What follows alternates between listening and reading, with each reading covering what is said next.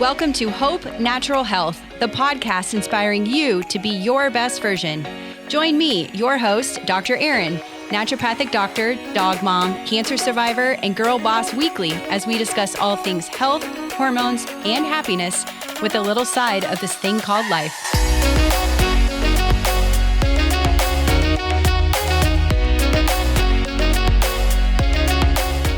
Welcome back to the Hope and Natural Health podcast. Last week, we discussed the naturopathic principles, and now let's dive into this week's episode. I have a special guest here with me, Dr. Alicia Shelly, who was raised in Atlanta, Georgia. She is a board-certified internal medicine / obesity medical doctor and the lead physician for Wellstar Douglasville Medical Center. She is also the host of Back on Track, Achieving Health Weight Loss podcast and Thrive for Life YouTube channel. Dr. Alicia is a renowned speaker, has been featured on shape.com, Upscale magazine, and many different podcasts. She is the medical director for Hope 360 Missions, which delivers medical care to the underserved here in the U.S. and Caribbean. She is a fitness enthusiast and has completed 6 marathons and Ironman. That is very impressive. I am so excited to welcome her to the show today. Welcome, Dr. Alicia. Thank you. Thank you so much for having me. I'm so glad to be here today. Yes, I'm so excited to talk about this topic. But first, before we dive into some of the specifics, let us know a little bit more about your background and really how you got into what you're currently doing. Yes. So I have struggled with my weight since childhood, going up and down, up and down. And I even got to the point where I underwent bariatric surgery because my weight had gotten too uncontrollable. And unfortunately, despite that, within 4 years of that surgery, I had gained weight again, not to the same amount, but still enough. And that's when I realized something has to change. Like there's something going on that I need to focus on. And so that's when I really started focusing on my health.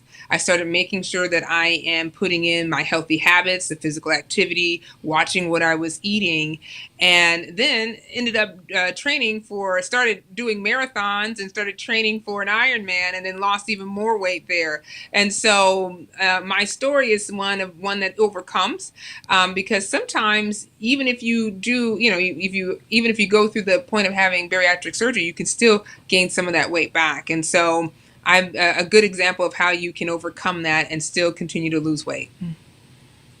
Yeah. Is that what prompted you to become a doctor too? Well, maybe not necessarily a doctor. I always wanted to help people, but definitely going into obesity medicine. Because the one thing I loved prior was being an internal medicine physician, where you have that relationship, that primary care with your patients.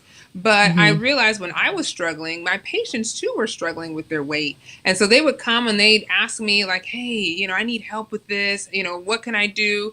And we're not necessarily taught as much about obesity medicine when I was coming up through medical school. We were taught the basics. And I think maybe we had one class, not even like a whole section, but one like maybe class on nutrition. So it just was not taught as well. And so becoming board certified in this was important to me because not only did I have the tools that I needed to be able to give to my patients to help them live more of a healthier life. Oh, absolutely. Yeah. First, I didn't know that was actual course you could take in your medical school. In naturopathic medical school, we had countless hours of nutrition. So it boggles my mind when, I meet other doctors and I'm like, you mean to tell me you hardly have any education in nutrition? Like that's the foundation of health. It's wild. Exactly. No wonder obesity is a pandemic or epidemic or whatever you want to call it. It's a huge problem. No, you're absolutely right. I think a lot of it. Yeah. And I think a lot of it is lack of education and just not really understanding and, media and all of that. So yeah, I applaud you for doing that and taking that. And it's unfortunate you had to go through your own struggles, but look at you now. Now you're helping other people. And is that what you do with Hope 360? Is it focused on obesity medicine or is it just overall general health for the Hope 360? Yeah, it's overall general health. So when we go to the Caribbean, or we're actually just giving primary care, dental services, that's audiology. We'll be going to Jamaica in June, and so we're going to offer physical therapy. We're offering nursing, all these different services to the people of Jamaica. Oh, So awesome. it's just a multifaceted program. Mm-hmm. That's awesome. That's wonderful. So where would you recommend someone start with weight loss? Because a lot of people are just like, I don't know where to start. Mm-hmm. So the one thing I think it's always important that you really do need to address your mindset. So, for example, Mm. I was in clinic today. I was asking a patient, I'm like, "Hey, what motivates you to lose weight?" And she was like, "Nothing." Mm. I'm here Mm. because my doctor told me. And Oh, gosh. so you had so you may have different motivations on why you want to lose weight. It may not be, oh, for my health, or it may be like because they told me I had to. But whatever it Yeah. is, definitely acknowledge it. And if it's not necessarily a more positive or beneficial way, a good example of a good mindset is, hey, I want to lose weight to maybe help my health or be here for my children, or, just to kind of feel better, versus something that's not quite so positive, which is like, I'm wanting to lose weight for my doctor, or I want to lose weight for my spouse. That's the difference, is because if you're more motivated internally to be more healthier than you are Mm-hmm. motivated to please someone else. So number one, Mm-hmm. address that. So know why you're doing it, because there are going to be times when you don't want to go and do the healthy habits. You don't want to eat healthy. You don't want to go and Mm-hmm. be physically active, and you just have to remind yourself why you're doing it. So that's where you would start. Secondly, you would kind of focus on what are some of the things that you can change in your lifestyle that aren't as overwhelming. Most people, they're like, well, I want to lose 20 pounds. I want to lose 40 pounds. I want to lose 50 pounds. And it's a lot to kind of, when you say Mm-hmm. that, because it can be overwhelming, and it can be such a huge goal that you're like, I really don't see me doing it. So what I always recommend is starting with a small, healthy goal. Whether it's, hey, I want to start meal prepping, or hey, I want to incorporate more fruits, more vegetables, or hey, I want to Mm-hmm. start a exercise walking program. Start Mm-hmm. small, because then you can always add to it. Sometimes when we're Yeah. like, hey, I'm going to exercise 7 days a week, 1 hour each day, and you have tons of obligations, you can get very discouraged easily and end up not Mm-hmm. doing anything at all, or waiting to like, oh, I'm going to do it next week. Oh, I'm going to do it next week. Putting it off because Mm-hmm. of the fact that you think that, hey, I want to do the full 7 days. And because I'm not able to do the full 7 days, then I just won't do anything at all.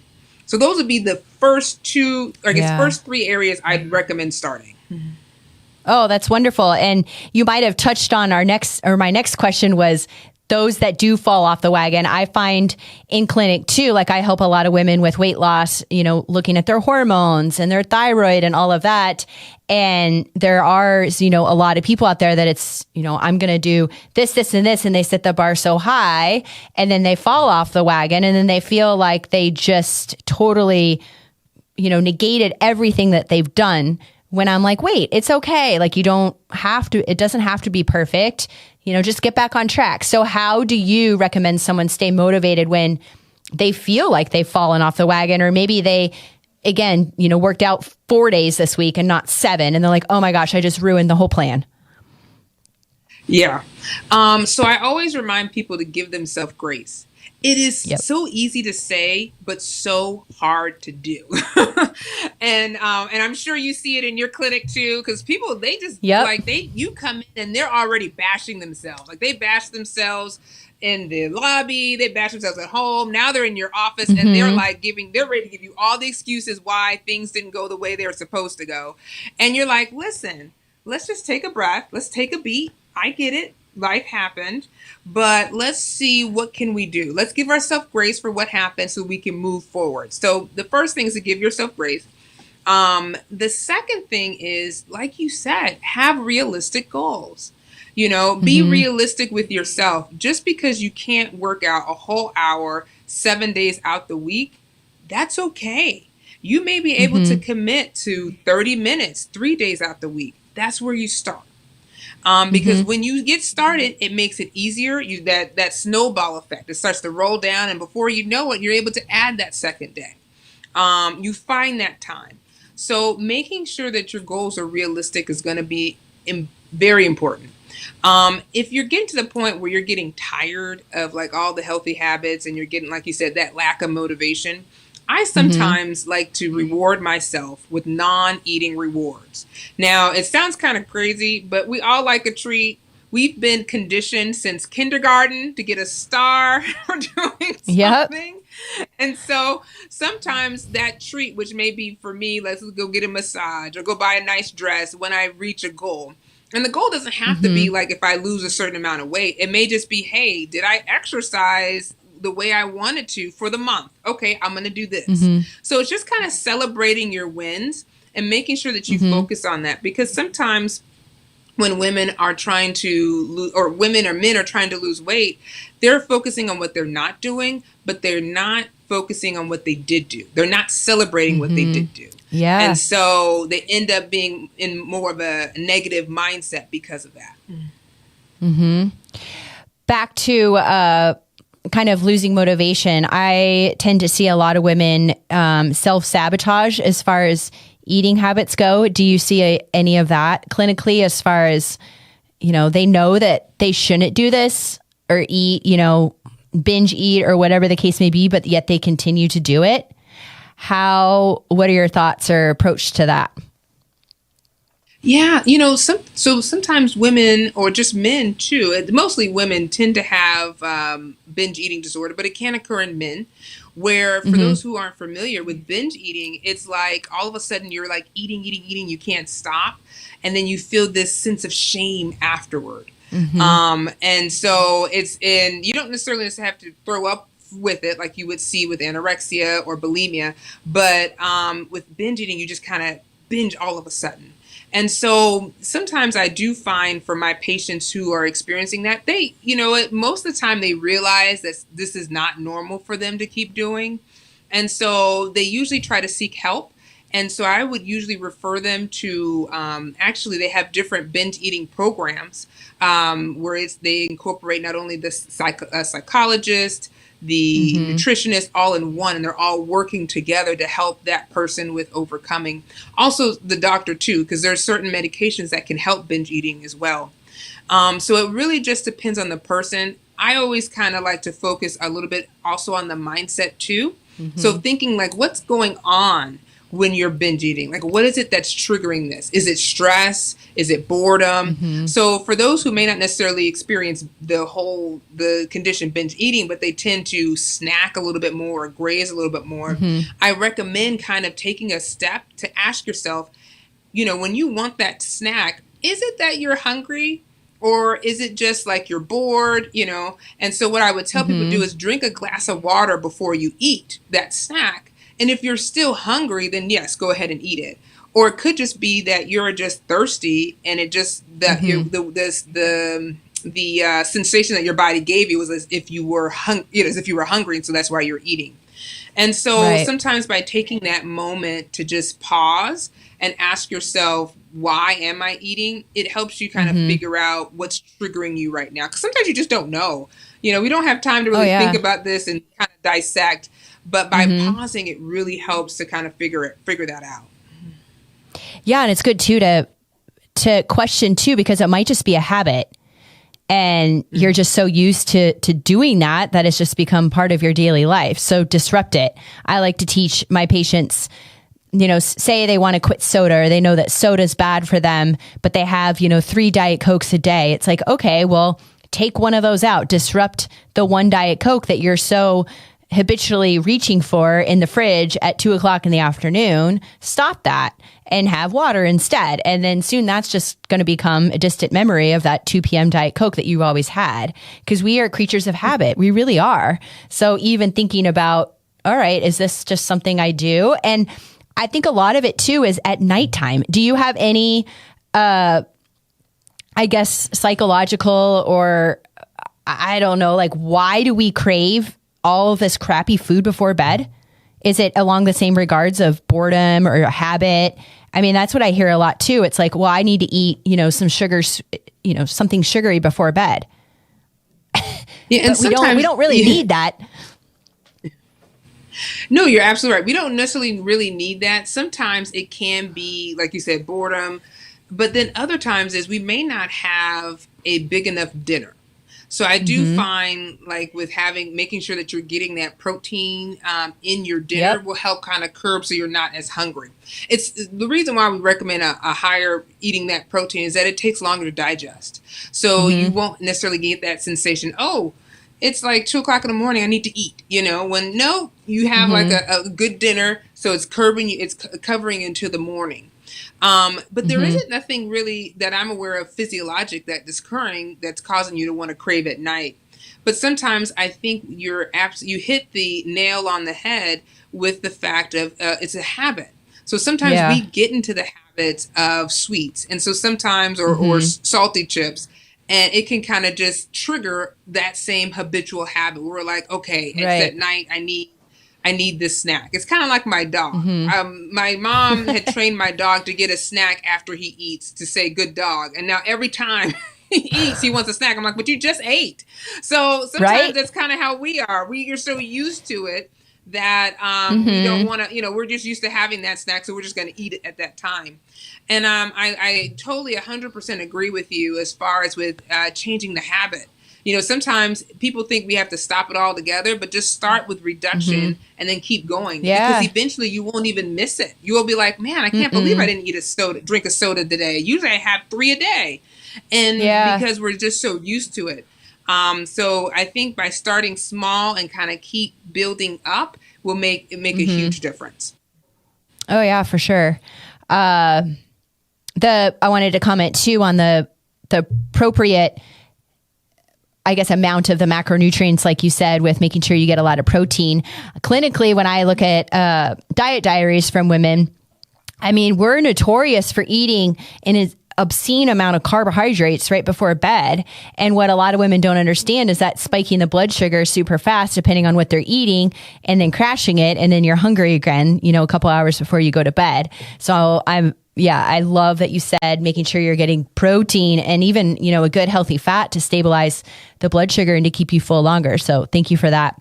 One more off the topic, or I guess off the outline question is, there might be trouble for a woman or a man with, instilling these healthier habits or wanting to make changes to their diet because their partner isn't on board, or their partner might be a bad influence as far as, oh, he's not into this, or he doesn't want to lose weight, or he doesn't understand, the importance of eating vegetables and things like that. So how do you help, with that situation when they don't have a support from their family? Yeah, that is so difficult because when you have a spouse who is not supportive, whether they're bringing in the snacks that are tempting you, or they're like, hey, I don't think you need to lose weight, so you're hearing kind of this negative message. And the hardest thing is the first thing I would recommend, and you may have already done this, but having a really come to Jesus type talk with your spouse and being like, I know you love me and you may feel like I don't need to lose weight, but I want to be healthier. And I need you to understand that. And so in order for you to understand that, I'm not saying you can't buy your snacks or your treats or whatever, but if you can keep that in a separate room that I don't know about, that will be so helpful for me. And then same with your spouse, making sure that they understand that. Now, it may or may not work because everybody has different complicated relationships. But, the one thing that you can't change anybody, most importantly, you can only ask and see what happens. But you can change how you respond to it. So the second thing I would say, let's say if they said, okay, I hear you, honey, but I'm not doing anything. I'm just going to keep doing the same thing. Then you change how you respond to it. If he has a snack and you're tempted, then you try having a different, have a alternative healthy snack. So it's not like you're eating, let's say if he or she is eating a pie, you're eating like a bowl of fruit. So it's not like you feel like you're being left out, but you're still having that healthy snack. If you feel, it's so interesting. I was talking to a lady today. She didn't feel comfortable exercising in front of her spouse because of the negative message she was getting. And so I was like, does he ever leave the house at all? Like, could you exercise when he leaves the house, or can you exercise in a room, do in a chair? So sometimes you may have to do something. You may not be that extreme for you, but you may have to change a little bit what you do so that you can be in a good space. Next, the last thing I would say is, even if your spouse not on board, you're getting like a negative message, you should have more of a positive message that you're still kind of instilling in yourself. So definitely listening to Dr. Erin Ellis's podcast, where you're getting great information and inspiration to kind of stay focused, So focusing, on things that are helping you thrive better, whether it's reading a book that's kind of, getting you ramped up, whether it's having that accountability or that friend that's kind of cheering you on. So making sure you have something to counter the negativity that maybe your spouse is giving you. Oh yeah, so good advice. And just for real life, that happens in our house all the time, because my fireman is he eats like a toddler, and he has all the snacks of like a kid, and chips and all of these things, and here he is eating his Cheeto paws, and I have my rice cake, and I'm totally fine with that. He can have that, and I can have my rice cake, and we're good. So it can happen, and he doesn't judge. He looks at me funny like that's disgusting, but I'm like, well, that's disgusting. So, to each their own, and it's okay. I want to be healthier, and he is really healthy. He's just he's got some interesting genes. He's an anomaly when it comes to diet, but that's a whole nother story. So, story. Right? Yeah. No. Lastly, I wanted to talk about how can we individually start to fight obesity? Do you have any tips for us as a community, or where does someone begin? And we might not even be struggling with obesity, but we as a community and a population can start fighting it. So where do you recommend we start with that? Yeah, so definitely as a community, we can help fight obesity by a couple ways. Number one, look in your community to see, is there access to a local pharmacy? The local grocery store, or a healthy grocery store where you can get fresh vegetables and fresh fruits.